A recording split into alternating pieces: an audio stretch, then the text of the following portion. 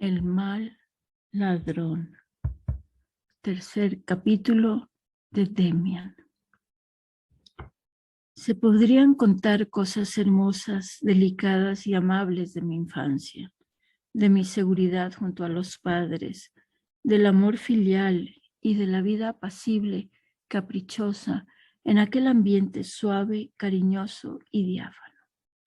Pero solo me interesan los pasos que di en la vida para llegar a mí mismo, todos los bellos momentos de reposo, los islotes de felicidad, los paraísos cuyo encanto conocí, quedan en la lejanía resplandeciente y no deseo volver a pisarlos.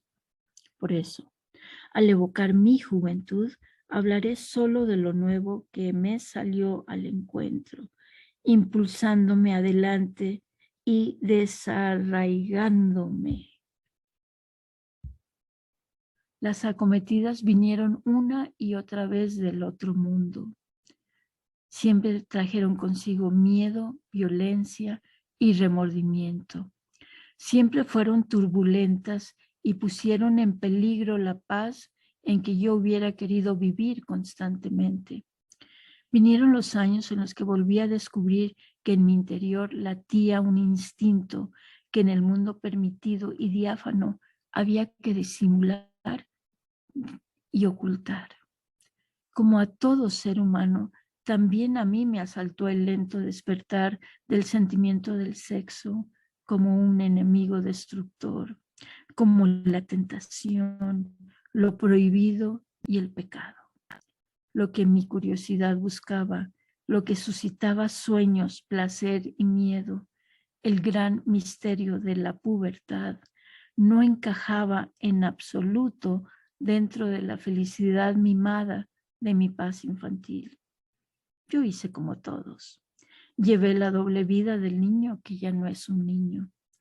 Mi conciencia habitaba en el mundo familiar y permitido. Mi conciencia negaba el nuevo mundo que surgía.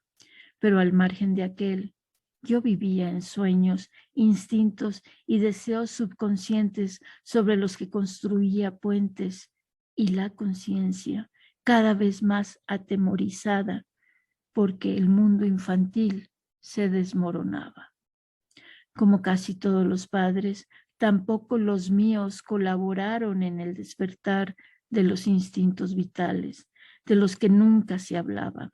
Solo colaboraban con un cuidado infatigable en mis esfuerzos desesperados por negar la realidad y seguir viviendo en un mundo infantil que cada día era más irreal y más falso. No sé si los padres pueden hacer mucho en estos casos y no hago a los míos ningún reproche. Acabar con mi problema y encontrar mi camino era solo cosa mía. Y yo no actué bien, como la mayoría de los que estaban bien educados. Todos los hombres pasan por estas dificultades. Para el hombre medio es este el punto en que las exigencias de su propia vida entran en colisión dramática con las circunstancias, el punto en que tiene que luchar más duramente por alcanzar el camino que conduce hacia adelante. Muchos viven tal morir y renacer que es nuestro destino. Solo en ese momento de su vida en que el mundo infantil se resquebraja y se derrumba lentamente, como todo lo que amamos nos abandona y de pronto sentimos la soledad y la frialdad mortal del universo que nos rodea. Muchos se estrellan para siempre en este escollo y permanecen toda su vida apegados dolorosamente a un pasado irrecuperable, al sueño del paraíso perdido, que es el peor y más nefasto de todos los sueños. Volvamos a nuestra historia. Las sensaciones y los sueños con que se me anunció el fin de mi infancia no son tan importantes como para relatarlos. Lo importante fue el mundo oscuro, el otro mundo, había vuelto a aparecer. Lo que un día significó Franz Kromer se hallaba ahora en mí mismo, y con esto y también desde fuera consiguió el otro mundo poder sobre mí. Habían pasado ya varios años desde la historia con Kromer.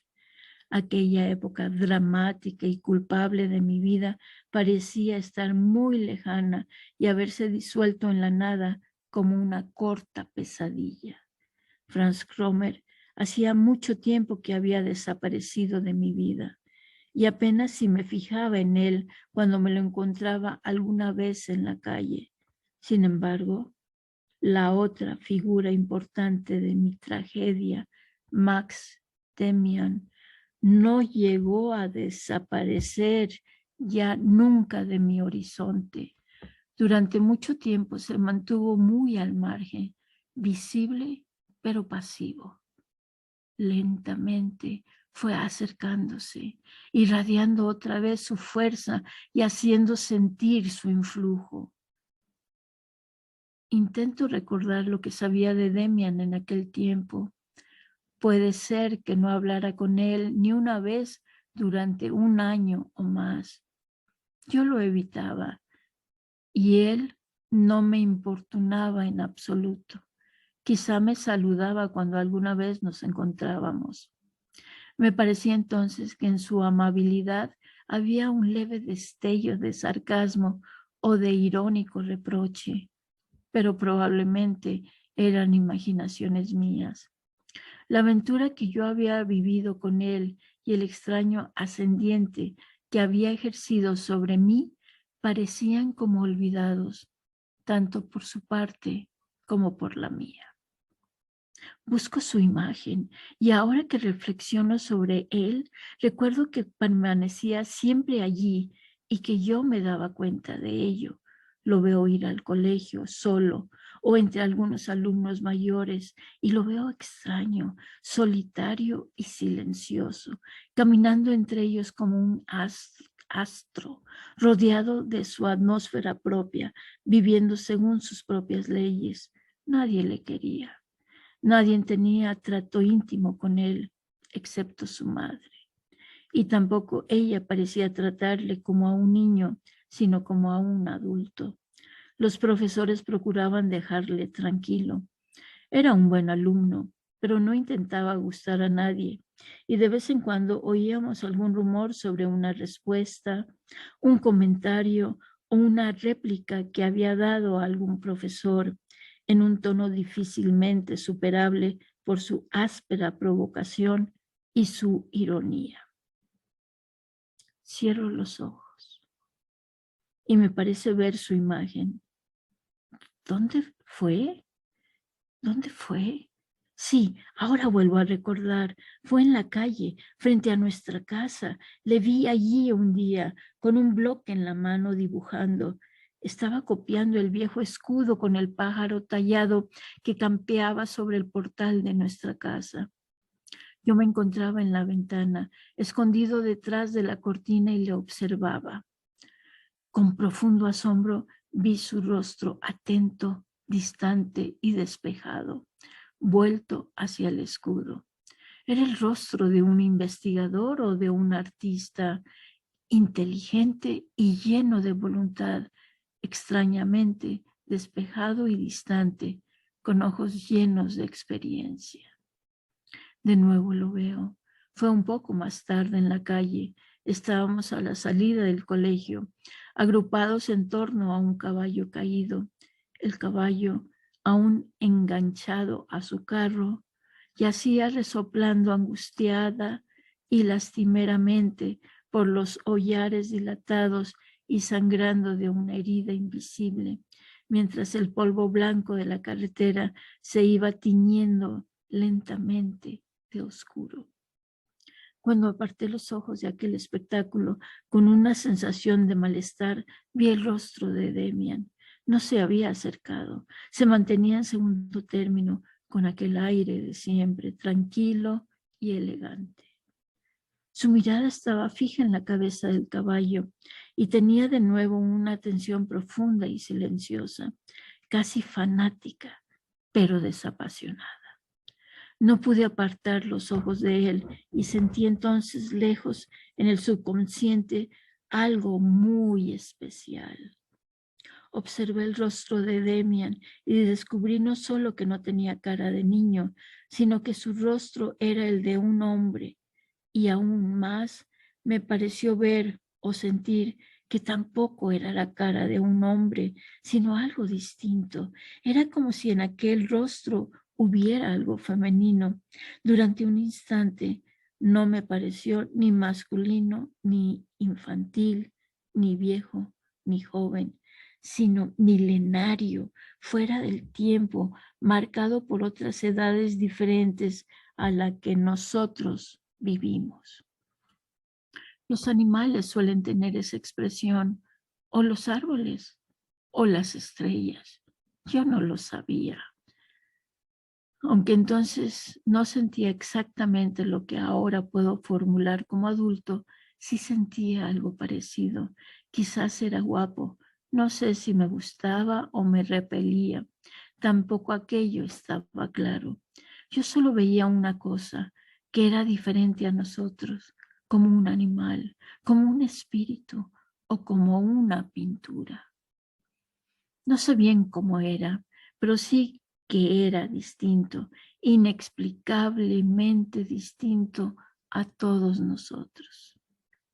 Los recuerdos no me dan más datos y probablemente estos estén determinados en parte por impresiones posteriores. Pasaron varios años antes de que mi relación con él volviera a ser más estrecha. Demian no había recibido la confirmación en la iglesia con los chicos de su curso, como lo hubiera exigido la tradición del colegio, y esto dio lugar en automático a rumores. Se empezó a decir que era judío, o más bien que era pagano. Otros opinaban que tanto él como su madre carecían de toda religión o que pertenecían a una fabulosa y peligrosa secta. En relación con esto, creo haber oído también que Demian vivía con su madre como con una amante. Lo más probable es que Demian hasta entonces hubiera crecido sin una determinada confesión y que aquello le hiciera tener dificultades en el futuro. En todo caso, su madre decidió que lo confirmaran 2 años más tarde que sus compañeros. Y así sucedió que durante unos meses fue mi compañero en la clase preparatoria para la confirmación. Durante algún tiempo me mantuve alejado de él por completo. No quería tener nada que ver con él. Lo encontraba rodeado de demasiadas habladurías y misterios, pero sobre todo me molestaba la sensación de compromiso hacia él que tenía desde la historia de Cromwell. Y precisamente entonces estaba yo muy ocupado con mis propios secretos. La clase preparatoria para la confirmación coincidió para mí con la aclaración definitiva de los problemas sexuales. Y a pesar de mi buena voluntad, mi interés por la enseñanza religiosa se veía muy mermada por este hecho. Los temas de que hablaba el pastor quedaban muy lejos de mí, en un mundo irreal, tranquilo y venerable. Quizás eran muy bonitos e importantes, pero no eran nada actuales o interesantes. Y aquellas otras cosas que me preocupaban lo eran precisamente en grado máximo. Esta situación hizo que creciera, por un lado, mi indiferencia hacia las clases y aumentara, por otro, mi interés por Max Demian. Algo parecía unirnos. Me voy a esforzar en seguir este hilo con la mayor exactitud que yo recuerde. La cosa empezó en una clase muy temprano por la mañana, cuando la luz del aula aún estaba encendida. Nuestro profesor de religión hablaba de la historia de Caín y Abel. Yo no atendía. Estaba adormilado y apenas escuchaba. Entonces el cura empezó a hablar en voz alta e insistente del estigma de Caín. En ese momento sentí una especie de contacto o llamada y levantando los ojos vi a Demian que se volvía hacia mí desde las primeras filas de pupitres con una mirada penetrante y significativa, cuya expresión lo mismo podía ser burlona que grave. Me miró solo un instante y de pronto me fijé con toda atención en las palabras del párroco. Le oí hablar de Caín y del estigma sobre su frente y tuve en lo más profundo la conciencia de que las cosas no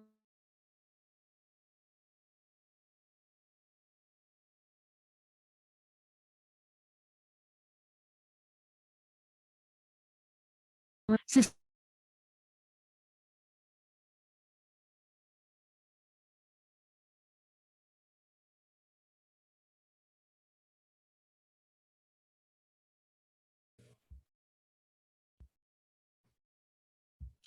En este momento se estableció de nuevo contacto entre Demian y yo. Y es curioso, apenas surgió en el alma aquella sensación de concordancia con él, se reflejó también como por arte de magia en el espacio. No sé si lo consiguió él o si fue pura casualidad. Yo entonces creía con firmeza en las casualidades. A los pocos días, Demian había cambiado de sitio y vino a sentarse delante de mí durante las clases de religión. Aún recuerdo con qué placer aspiraba yo en el aire viciado de hospicio de aquella aula repleta, el perfume fresco y suave de jabón que exhalaba su nuca, y unos días después volvió a cambiar de lugar y se sentó junto a mí, y ahí permaneció durante todo el invierno y la primavera. Las clases de la mañana se habían transformado por completo.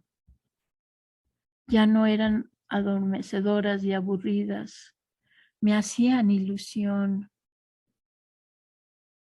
A veces escuchábamos los dos al pastor con la mayor atención y una mirada de mi vecino bastaba para que me fijara en una historia curiosa, en una frase extraña, y otra mirada muy especial bastaba para alertarme y despertar en mí la crítica y la duda. Pero muchas veces éramos malos alumnos y no oíamos nada de la clase. Demian era siempre muy correcto con los profesores y con los compañeros. Nunca hacía tonterías de colegial, nunca se le oía reír ruidosamente o charlar, nunca provocaba las reprimendas del profesor. Sin embargo, en voz baja y más por señas y miradas que por palabras, supo hacerme partícipe de sus propios problemas. Estos eran en parte muy curiosos. Me comentó, por ejemplo, qué compañeros le interesaban y de qué manera les estudiaba. Algunos les conocía muy bien. Un día me dijo antes de clase, cuando te haga una señal con el dedo, fulano o mengano se dará la vuelta para mirarnos o se rascará la cabeza. Durante la clase, cuando apenas me acordaba ya de aquello, Max me hizo una señal muy ostensible con el dedo. Miré rápidamente hacia el alumno señalado y le vi en efecto hacer el gesto esperado, como movido por un resorte. Yo insistí en que Max hiciera el experimento con el profesor, pero no quiso. Sin embargo, una vez llegué a clase y le conté que no había estudiado la lección y que confiaba en que el pastor no me preguntara. Entonces Demian me ayudó. El cura buscaba a un alumno para que le recitara un trozo del catecismo y su mirada vacilante se posó sobre la expresión culpable de mi rostro. Se acercó con lentitud y alargó un dedo hacia mí. Ya tenía mi nombre en los labios cuando de pronto se puso inquieto y distraído. Empezó a dar tirones de su alzacuello. Se acercó a Demian, que le miraba fijamente a los ojos. Pareció que quería preguntarle algo y terminó por apartarse bruscamente. Tosió un rato y llamó a otro alumno. Poco a poco, en medio de aquellas bromas que tanto me divertían, me di cuenta de que mi amigo a menudo también jugaba conmigo. A veces yendo al colegio, presentía de pronto que Demian me seguía y al volverme le encontraba en efecto allí. ¿Puedes conseguir de verdad que otro piense lo que tú quieres? Le pregunté. Me respondió amablemente con la tranquilidad y objetividad de su madurez adulta. No, dijo, eso no es posible. No tenemos una voluntad libre, aunque el párroco haga como si así fuera. Ni el otro puede pensar lo que quiere, ni yo puedo obligarle a pensar lo que quiero. Lo único que puede hacerse es observar atentamente a una persona y en general se puede decir luego con exactitud lo que piensa o siente y por consiguiente también se puede predecir lo que va a hacer inmediatamente después. Es muy sencillo. Lo que ocurre es que la gente no lo sabe. Naturalmente se necesita entrenamiento. Entre las mariposas hay, por ejemplo, cierta especie nocturna en la que las hembras son menos numerosas que los machos. Las mariposas se reproducen como los demás animales. El macho fecunda a la hembra que pone luego los huevos. Si capturas una hembra de esta especie, y esto se ha comprobado por los científicos, los machos acuden por la noche haciendo un recorrido de varias horas de vuelo. Varias horas. Imagínate. Desde muchos kilómetros de distancia, los machos notan la presencia de la única hembra de todo el contorno. Se ha intentado explicar el fenómeno, pero es imposible. Debe de tratarse de un sentido del olfato o algo parecido, como en los buenos perros de caza, que saben encontrar y perseguir un rastro casi imperceptible. ¿Comprendes? Ya ves, la naturaleza está llena de estas cosas y nadie puede explicarlas. Y yo digo, entonces, si entre estas mariposas las hembras fueran tan numerosas como los machos, estos no tendrían el olfato tan fino. Lo tienen únicamente porque lo han entrenado. Si un animal o un ser humano concentra toda su atención y su voluntad en una cosa determinada, la consigue. Ese es todo el misterio. Y lo mismo ocurre con lo que tú dices. Observa bien a un hombre y sabrás de él más que él mismo.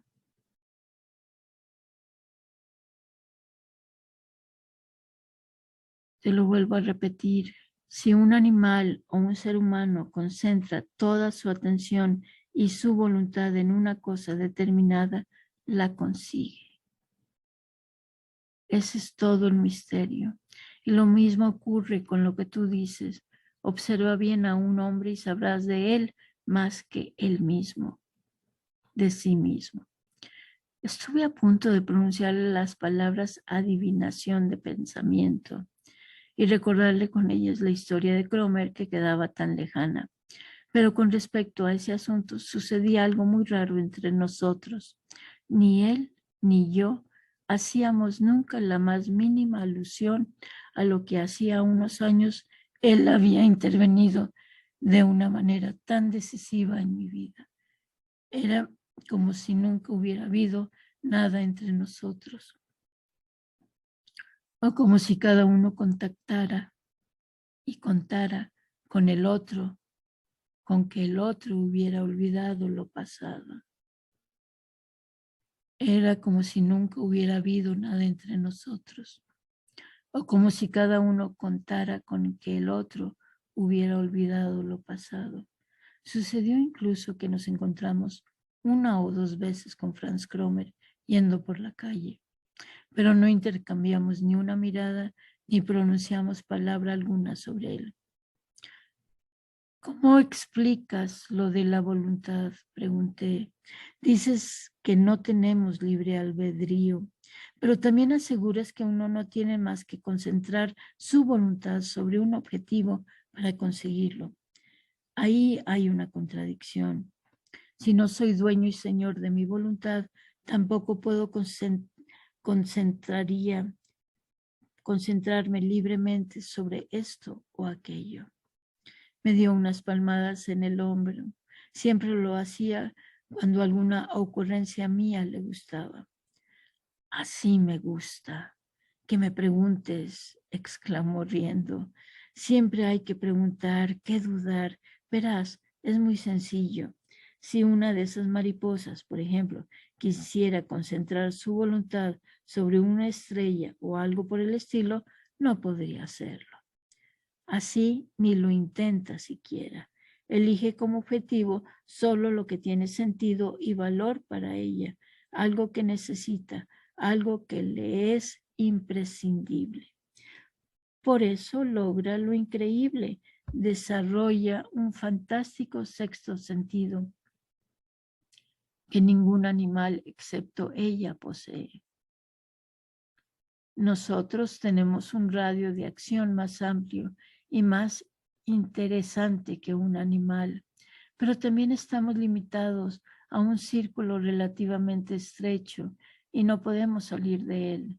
Yo puedo fantasear sobre esto o aquello e imaginarme algo, por ejemplo, que me es indispensable ir al Polo Norte o algo por el estilo, pero solo puedo llevarlo a cabo y desearlo con suficiente fuerza si el deseo está completamente enraizado en mí, si todo mi ser está pensando en él y está penetrado de él. En el momento en que esto sucede e intentas algo que se te impone desde dentro, la cosa marcha. Entonces puedes enganchar tu voluntad al carro como si fuera un buen caballo de tiro. Si yo, por ejemplo, me propusiera conseguir que nuestro pastor no volviera a llevar gafas, no lo lograría. Sería un mero juego. Pero cuando me propuse en el otoño que me cambiara de pupitre, lo logré fácilmente. De pronto apareció un chico que me precedía en la lista alfabética y que había estado enfermo hasta entonces. Como alguien tenía que cederle el sitio, fui yo quien lo hizo, porque mi voluntad estaba decidida a aprovechar inmediatamente la ocasión. Sí, dije. A mí también me produjo una sensación muy extraña aquello. Desde el momento en que empezamos a interesarnos el uno por el otro, te fuiste acercando a mí cada vez más. Pero, ¿cómo sucedió? Al principio no conseguiste sentarte a mi lado. Durante algún tiempo ocupaste el banco delante del mío. ¿Cómo sucedió aquello? De la manera siguiente. Yo mismo no sabía con exactitud a dónde quería trasladarme.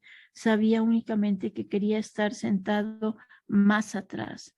Me lo dictaba mi deseo de acercarme a ti, pero no lo sabía conscientemente. Al mismo tiempo, tu voluntad también actuaba tirando de mí, ayudándome. Hasta que no estuve sentado delante de ti, no me di cuenta de que mi deseo estaba realizado solamente en parte. Me di cuenta de que lo que deseaba era estar junto a ti. Pero entonces no entró ningún alumno nuevo en nuestra clase. No, pero yo hice simplemente lo que me apetecía y me senté por las buenas a tu lado.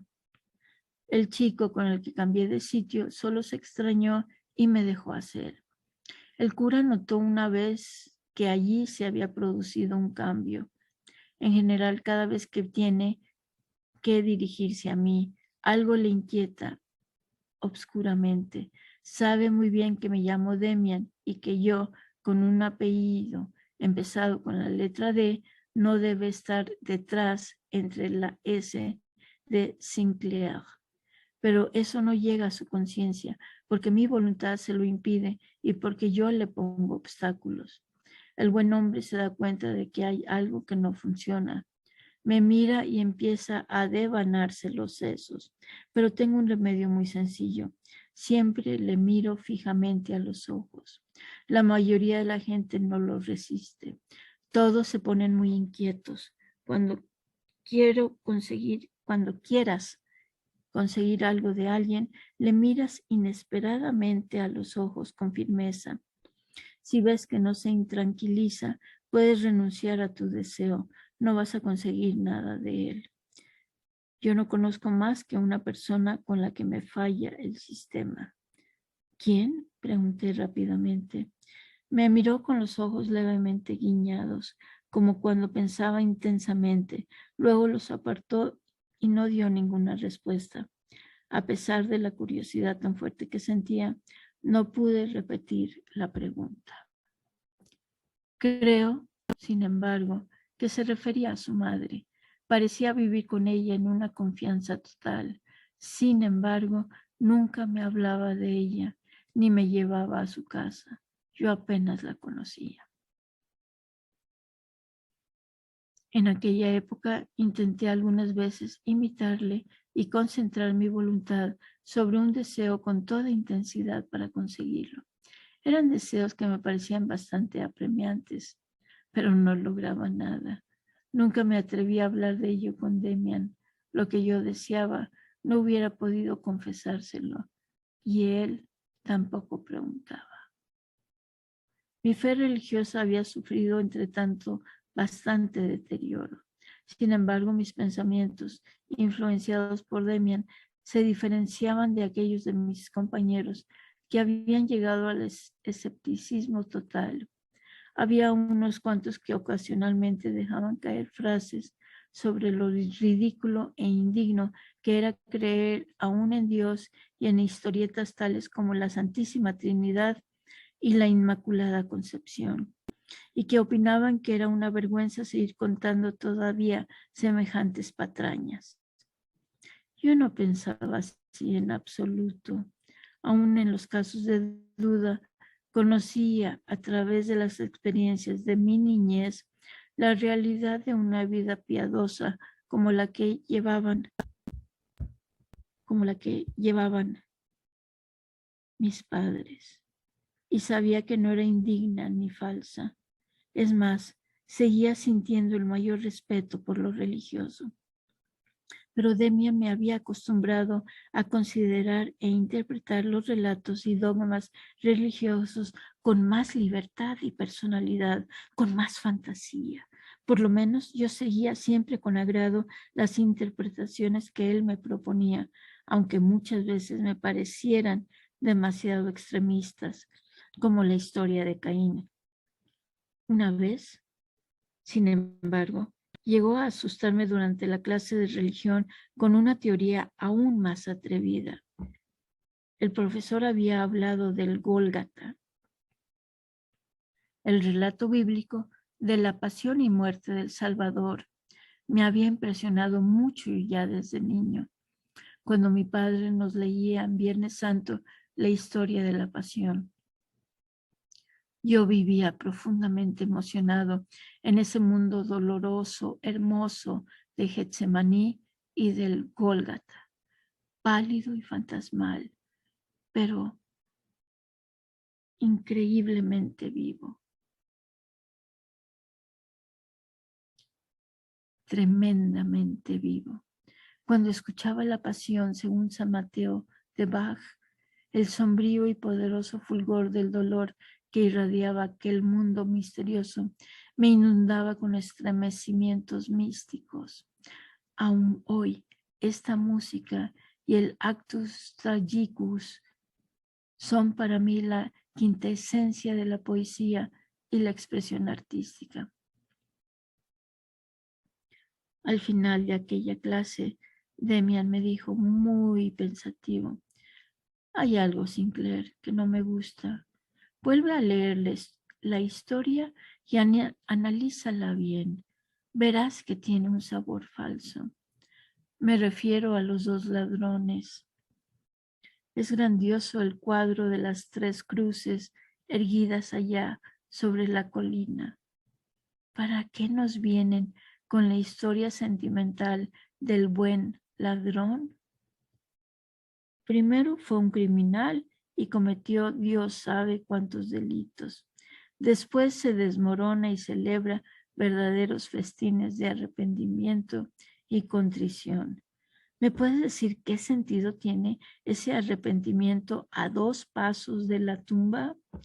No es más que la típica historia de curas, dulzona, falsa y sentimentalona con fondo muy edificante.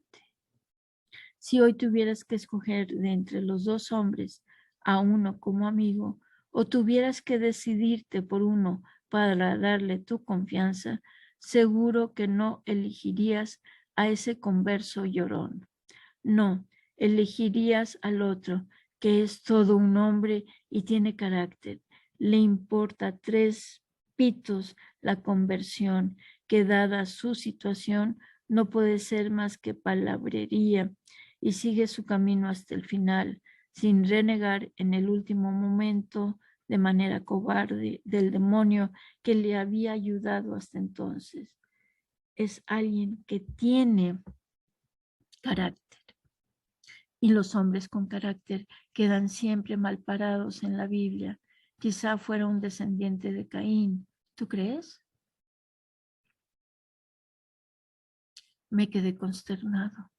Había creído estar totalmente familiarizado con la historia de la pasión y ahora descubría con qué poca personalidad, imaginación y fantasía la había escuchado y leído. Sin embargo, el nuevo pensamiento de Demian me sonaba muy mal y amenazaba conceptos cuya existencia me creía obligado a salvar. No, no se podía jugar así con las cosas, incluso con las más sagradas. Él, como siempre, notó inmediatamente mi resistencia antes de que yo dijera algo. Ya sé, dijo el resignado, es la eterna historia. El caso es no ser consecuente. Pero te voy a decir una cosa. Este es uno de los puntos en los que aparecen con toda claridad los fallos de nuestra religión. El Dios del Antiguo y Nuevo Testamento es, en efecto, una figura extraordinaria, pero no es lo que debe representar. Él es lo bueno, lo noble, lo paternal, lo hermoso y también lo elevado y lo sentimental. De acuerdo. Sin embargo, el mundo se compone de otras cosas y éstas se adjudican simplemente al diablo, escamoteando y silenciando toda una mitad del mundo. Se venera a Dios como Padre de la vida, negando al mismo tiempo la vida sexual sobre la que se basa la vida misma, declarándola diabólica y pecaminosa. No tengo nada en contra de que se venere al Dios Jehová, en absoluto, pero opino que deberíamos santificar y venerar al mundo en su totalidad, no solo a esa mitad oficial separada artificialmente. Por lo tanto, deberíamos tener un culto al demonio junto al culto divino. Sería lo justo. O si no, habría que crear un Dios que integrara en sí al diablo y ante el que no tuviéramos que cerrar los ojos cuando suceden las cosas más naturales de la vida. Demian, en contra de su costumbre, se había acalorado más enseguida volvió a sonreír y dejó de acosarme. Sus palabras dieron en el misterio de mis años infantiles, misterios que sentía en cada momento y del que no había dicho ni una palabra a nadie. Lo que dijo Demian sobre Dios y el demonio, sobre el mundo oficial y divino frente al mundo demoníaco silenciado, correspondía a mi propio pensamiento, a mi mito, a mi idea de los 2 mundos o mitades, la clara y la oscura. El descubrimiento de que mi problema era el de todos los seres humanos Un problema de toda vida y todo pensamiento se cernió de pronto sobre mí como una sombra divina y me llenó de temor y respeto al ver y sentir que mi vida, mis pensamientos más íntimos y personales participaban de la eterna corriente del pensamiento humano. El descubrimiento no fue alegre, aunque sí alentador y reconfortante.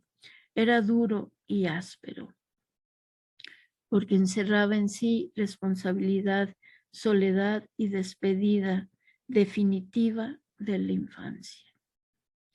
Revelando por primera vez en mi vida un secreto tan íntimo, conté a mi amigo los conceptos tan arraigados desde mi infancia de los dos mundos y él se dio cuenta enseguida de que en lo más profundo yo aceptaba sus razonamientos, pero no era su estilo aprovecharse de ello. Me escuchó con más atención que nunca, mirándome fijamente a los ojos, hasta que tuve que apartar los míos porque volví a sorprender en su mirada aquella extraña intemporalidad casi animal, aquella inconcebible antigüedad.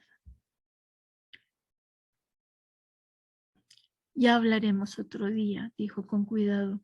Veo que piensas más de lo que puedes expresar.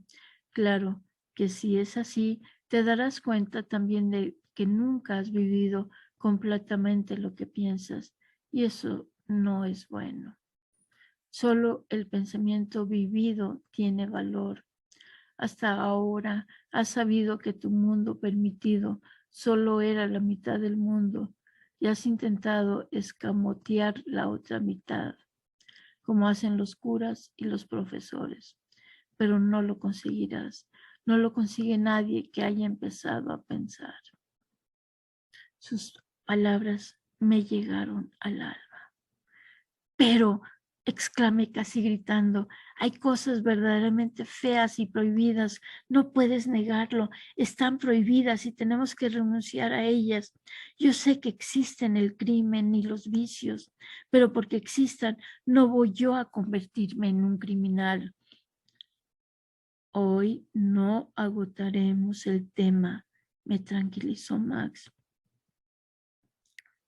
Desde luego no vas a asesinar o violar muchachas, no. Pero aún no has llegado al punto en que se ve con claridad lo que significa en el fondo permitido y prohibido. Has descubierto solo una parte de la verdad. Ya vendrá el resto. No te preocupes.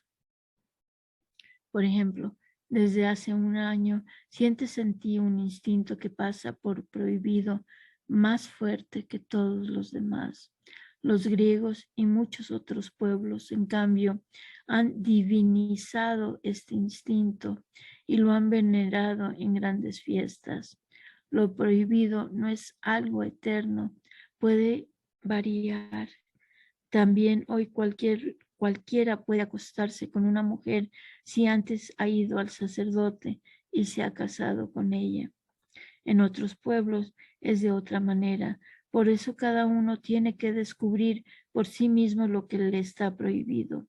Se puede ser un gran canalla y no hacer jamás algo prohibido y viceversa. Probablemente es una cuestión de comodidad. El que es demasiado cómodo para pensar por su cuenta y erigirse en su propio juez, se somete a las prohibiciones tal como las encuentra. Eso es muy fácil. Pero otros sienten en sí su propia ley. A esos les está prohibidas cosas que los hombres de honor hacen diariamente y les están permitidas otras que normalmente están mal vistas. Cada cual tiene que responder por sí mismo. De pronto, como si se arrepintiera de haber hablado tanto, enmudeció. Ya entonces intuía yo de forma aproximada lo que Demian sentía cuando actuaba así, pues aunque solía exponer sus ideas de una manera muy agradable y aparentemente ligera, detestaba hablar por hablar, como me dijo un día. Notaba en mí que junto al auténtico interés había demasiado juego, demasiado placer en el parloteo intelectual. en una palabra, falta de absoluta seriedad. Al volver a leer las últimas palabras que he escrito, absoluta seriedad, recuerdo otra escena que viví con Max Demian en aquellos tiempos, aún semi-infantiles, y que me impresionó de manera muy vívida. Se acercaba la fecha de nuestra confirmación. Las últimas clases de religión trataban de la comunión. El pastor dio mucha importancia al tema, cuidó mucho sus explicaciones y consiguió que en estas últimas clases hubiera un cierto ambiente de unción religiosa. Sin embargo, precisamente entonces mis pensamientos se concentraban en otra cosa, en la persona de mi amigo. Esperando la confirmación que se nos explicaba como solemne acogida en la comunidad de la iglesia, yo pensaba constantemente que el valor de aquel medio año de enseñanza religiosa no estaba en lo que había aprendido, sino en la proximidad e influencia de Demian. No me preparaba a ser recibido en la iglesia, sino en algo muy distinto, en una orden del pensamiento y de la personalidad que tenía que existir sobre la tierra y cuyo enviado o emisario consideraba yo a mi amigo. Intenté rechazar aquella idea porque sería vivir, a pesar de todo, la ceremonia de la confirmación con cierta dignidad que me parecía poco compatible con mis nuevos pensamientos, pero fue en vano. El pensamiento estaba allí y de manera lenta se fue uniendo al de la cercana ceremonia religiosa. Estaba dispuesto a celebrarla de manera distinta a los demás. Para mí iba a significar la entrada en un mundo ideológico que Demian me había revelado. En aquellos días volví a discutir vivamente con él. Fue antes de una clase de religión. Mi amigo estaba distante y no se animaba ante mis palabras, que seguramente eran muy sabiondas y pretenciosas. Hablamos demasiado, dijo con desacostumbrada seriedad. Las palabras ingeniosas carecen totalmente de valor. Solo le alejan a uno de sí mismo, y alejarse de uno mismo es pecado. Hay que saber recogerse en sí mismo por completo, como las tortugas. Poco después entramos en clase. Comenzó la lección y yo me esforcé en atender. Demian no intentó distraerme. Al cabo de un rato empecé a sentir a mi lado, donde estaba él sentado, algo extraño, un vacío, un frío o algo parecido, como si el lugar que ocupaba se hubiera quedado desierto. Cuando aquella sensación empezó a hacérseme insoportable, volví la cabeza. Vi a mi amigo sentado muy derecho y correcto, como siempre. Sin embargo, tenía un aspecto, algo que yo desconocía irradiaba de él y le rodeaba. Creí que tenía cerrados los ojos, pero luego vi que los mantenía abiertos. Estaban fijos, no miraban, no veían, estaban dirigidos hacia adentro, hacia una remota lejanía. Demian estaba completamente inmóvil y parecía que no respiraba. Su boca parecía como esculpida en madera o mármol.